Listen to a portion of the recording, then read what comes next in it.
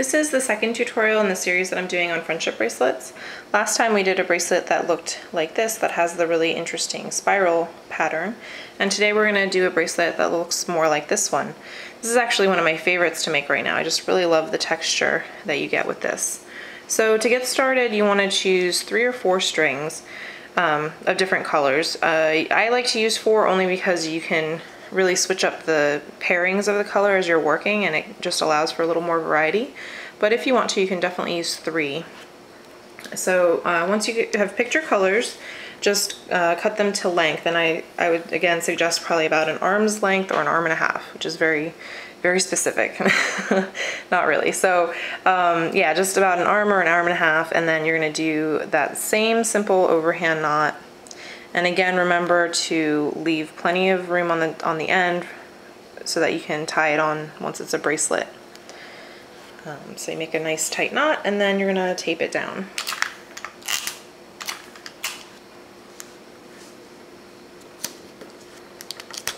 So once it's taped down, you just have to decide what colors you're going to pair together, at least to get started. And I think I'm going to do the pink and green to start off with. So you're going to lay out one of the colors to either side, to the left and right.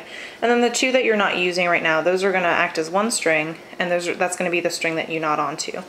So to get started, you'll take the string on the left, and you'll do that same basic stitch that I taught you the last one, which is very simply put. You make the shape of a 4, and you pass that string underneath and through the hole, and pull it through. And you're going to make 2 tight knots there. So you're going to do 2 of those knots, and then put it off to the side and pick up the string on the right. And this one, there's a little variation here. I really think of it as the same knot because it's really the same basic idea, but instead of making the shape of a forward 4, you make the shape of a backward 4. I've also heard it referred to as the shape of a P, so whatever is easier for you to remember.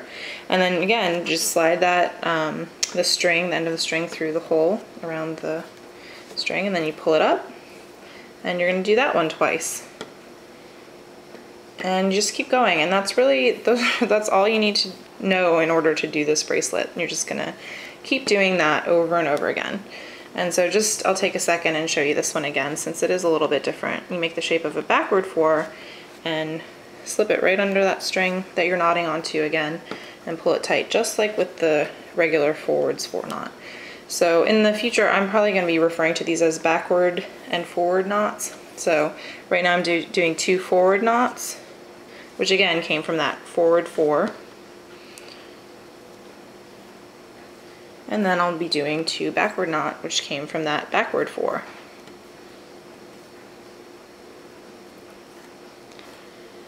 And so as you're working, you can just do it for as long as you like. You can either count stitches if you want to have a really even pattern when you switch colors, or you can just do it for the length that you want and switch it up when you feel like it. I've found that I like to just mix it up where I don't really do an even pattern. You can see with this one I did a long section of the first 2 colors, another long section, but then I did shorter sections. So there was really no pattern there, and it was just, there was a variation each time. Yeah, and so when you want to change colors, it's really easy. I think of it, I just like pull those 2 colors upward, up here, and you can actually like put them back there if you want to. And then pull out the 2 that you've been using to knot onto and pull them out to the sides. And then again, with this one up, you just pull it down. And then you start, and the nice thing about this is that if you pull those first 2 that you've been working with, that you've been knotting with, if you pull them up, what ends up happening is those 2, as you pull them out, they wrap around the back, and that just makes for a really nice transition when you're changing with the colors. So it's just a little detail, but it's something that I find really helps. So, and then you just keep going. You're going to do that forward knot on the left with your new color. You do 2 of those, and you're going to do 2 backward knots with the color on the right. And just keep going in that pattern. And so you might notice here, sometimes I find that the string on the left likes to migrate its way over to the right. And if it's getting in the way of when, so you can kind of see it's folded over. If it's getting in the way when you're making your backward knot, you can see how that's really makes it messy. Sometimes I just grab it. I'll grab the string with some of the other fingers and hold it down, and that keeps everything really tight. It makes it really easy to make that knot. And I find this one always stays over here, so that's okay to like let it go and just do what it's gonna do.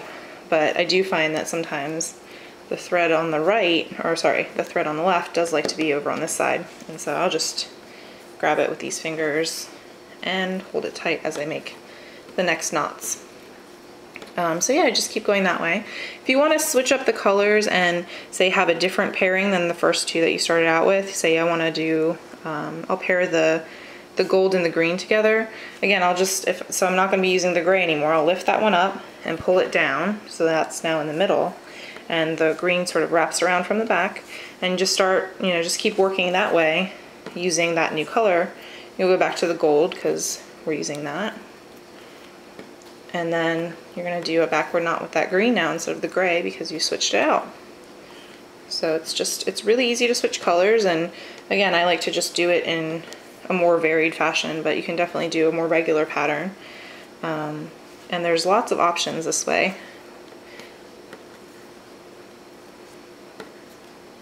And I find this is also a bracelet that goes pretty quickly. As you can see, we've just been working for a couple of minutes, and already, well, we have about like a ½ an inch.